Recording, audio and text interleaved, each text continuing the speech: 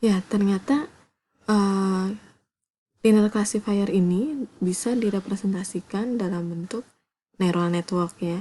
Jadi seperti yang saya sampaikan sebelumnya bahwa input itu bisa kita representasikan begitu sebagai inputan bagi neuron di input layer ya. Jadi sebuah neural network itu kan memiliki input layer dan output layer. Nah, linear classifier yang paling sederhana ini begitu, dia si X1, nah ini berarti menjadi input bagi neuron pertama di input layer.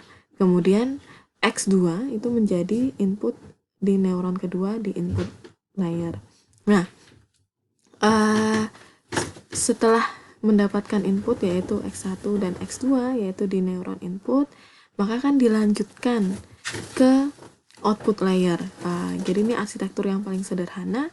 Arsitektur inilah ya yang hanya terdiri dari input layer dan output layer, maka hanya dianggap hanya satu layer ya dari input ke output. Maka dia disebut dengan single layer perceptron. Nah, di single layer perceptron ini antara neuron di input layer dan output layer terdapat weight atau bobot atau koneksi. Nah, ternyata bobot atau koneksi itu kalau kita gunakan di dalam linear classifier, bobot inilah yang tadi ya koefisien yaitu theta 1 yang mengikat terhadap X1 dan theta 2 yang mengikat terhadap X2. Kemudian di sini di output layer itu adalah H tadi adalah menggunakan untuk normalisasi itu menggunakan fungsi sigmoid. Nah, fungsi sigmoid ini normalisasi ini yang nanti di neural network sering disebut dengan fungsi aktivasi. Kemudian ada B yaitu bias. Nah, sekarang pertanyaannya tadi kita sudah belajar ya tentang arsitektur single layer perceptron dan juga formula dari garis lurus yang berfungsi sebagai linear classifier. Nah, sekarang permasalahannya adalah bagaimana kita mendapatkan linear classifier yang paling tepat. Ya, jadi di sini yang mana yang hitam atau yang hijau kan perbedaannya hanya terdapat di theta dan B-nya ya, angka theta dan B-nya, nilai theta dan B-nya. Nah, di sini machine learning ya berarti pembelajaran mesin, maka nilai-nilai itu ditentukan dari hasil pembelajaran. Pembelajaran dari mana? Nah, ini karena pembelajaran mesin itu adalah memang terinspirasi dari human ya, maksudnya manusia, bahwa kita belajar dari kesalahan gitu ya. Nah, jadi ini didapatkan nilai ini, pembelajarannya itu learning from error. Jadi kalau misalnya katakan ilustrasinya, misalnya kita pertama garis pertama adalah kita tentukan yang warna hitam. Kemudian kita lihat, oh ternyata ada errornya masih ada nih yang tidak tepat. Maka kita belajar dari situ.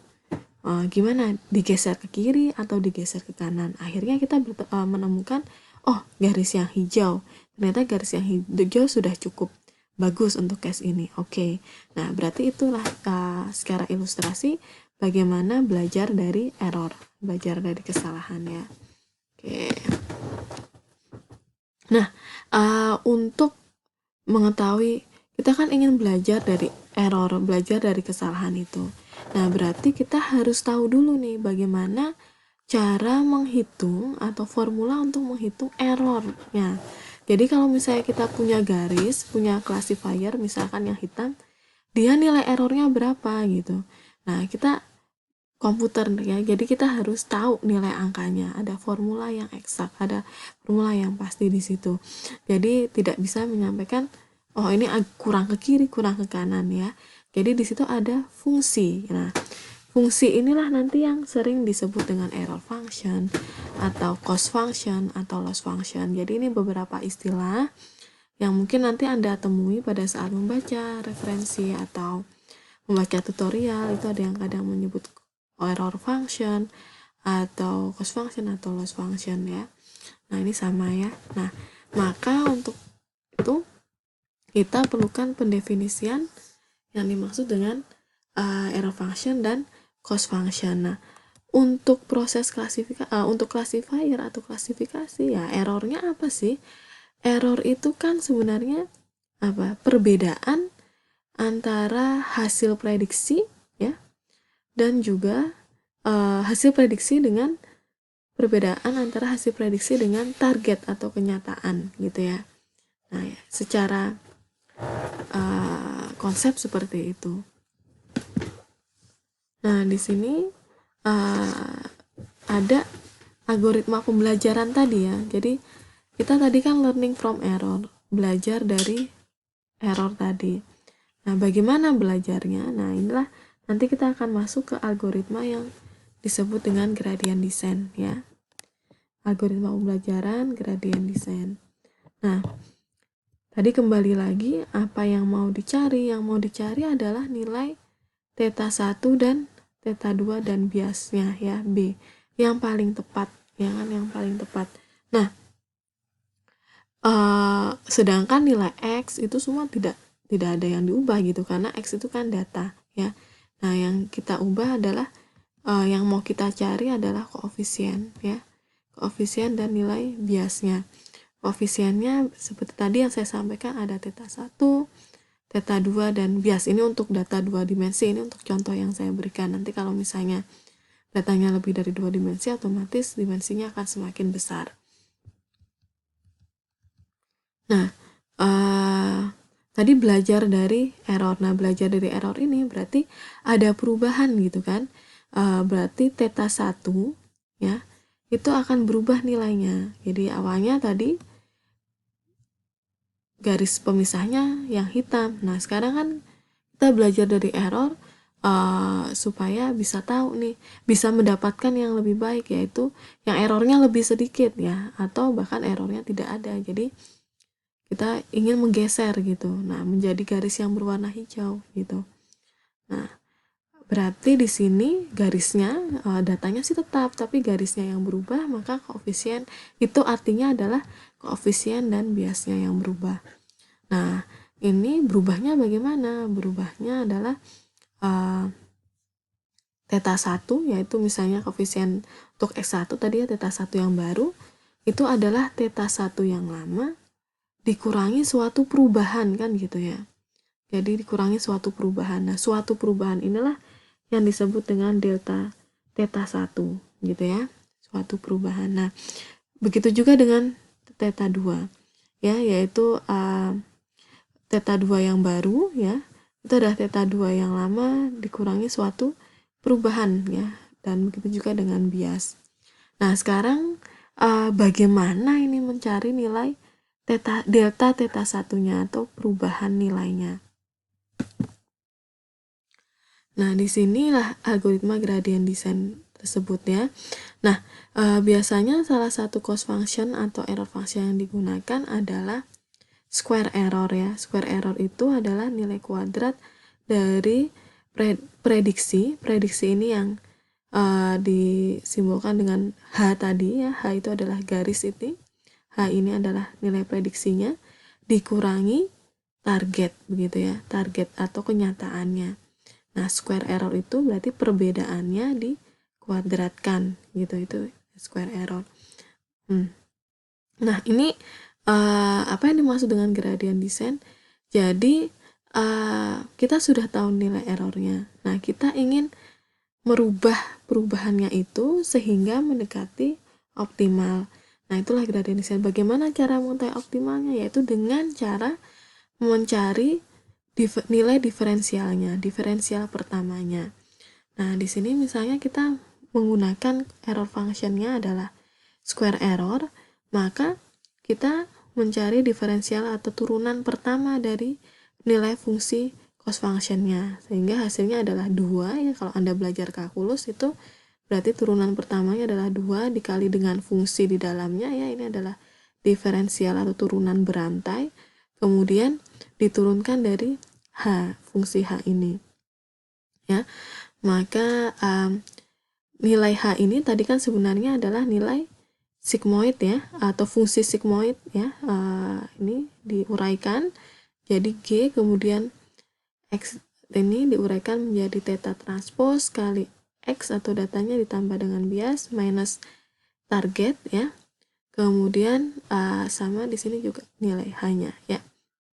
Diuraikan menjadi hasil dari fungsi sigmoid terhadap theta transpose dikali X ditambah bias. Nah, kita uraikan lagi. Tadi sudah sampai di sini ya. Sudah sampai di sini. Nah, berikutnya adalah bagaimana dengan permasalahannya adalah turunan dari ini ya. Kalau ini kan sudah selesai 2 dikali dengan fungsi prediksinya, hasil prediksinya minus target. Tapi kita ada PR gitu ya untuk diferensial dari nilai ini. Diferensial dari fungsi ini ya, fungsi G, di mana di sini adalah fungsi sigmoid. Nah, fungsi G ini ada fungsi aktivasi ya. Fungsi aktivasi yang menggunakan fungsi sigmoid. Nah, fungsi sigmoid sendiri turunan pertamanya adalah misalnya ada diferensial Z terhadap G itu adalah 1 minus GZ dikali dengan GZ ya, jadi fungsinya. Maka ini bisa kita turunkan ya.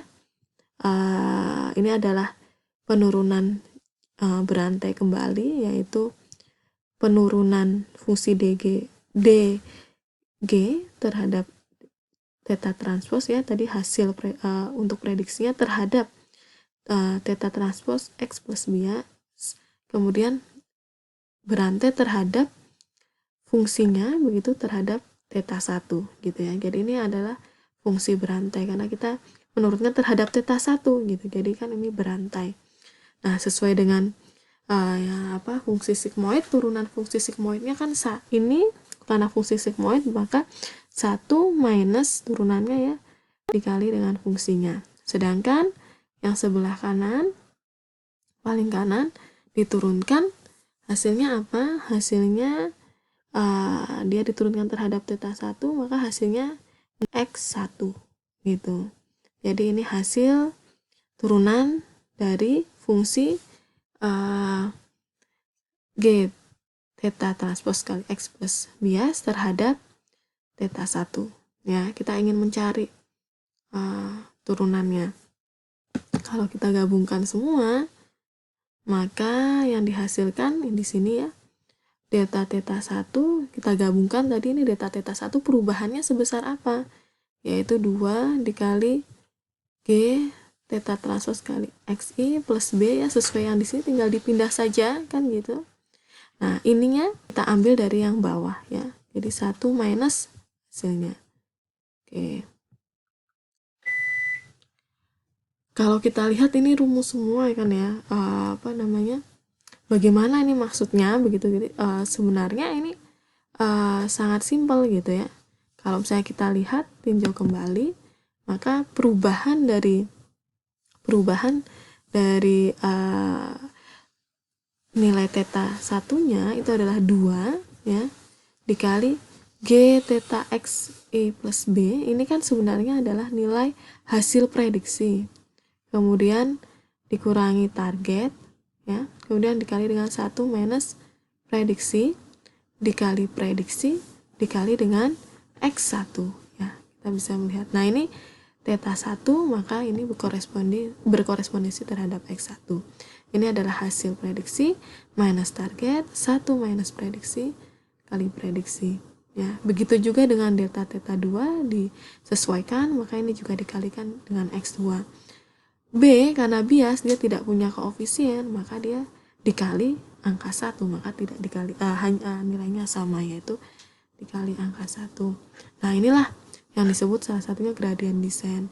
Nah, formula ini akan berubah tergantung dengan cost function dan juga fungsi aktivasi yang digunakan untuk gradient descent. Kemudian kembali sebentar, untuk perubahannya di gradient descent ada yang disebut juga dengan learning rate. Jadi laju kecepatan dari pembelajarannya biasanya antara 0 nilainya antara 0 sampai 0,5. Jadi bagaimana perubahan nilainya ya. Oke, jadi kalau secara garis besar gradient descent bagaimana algoritmanya, yaitu inisiasi bobot dan bias secara random, kemudian hitung error functionnya, lakukan update bobot dan lakukan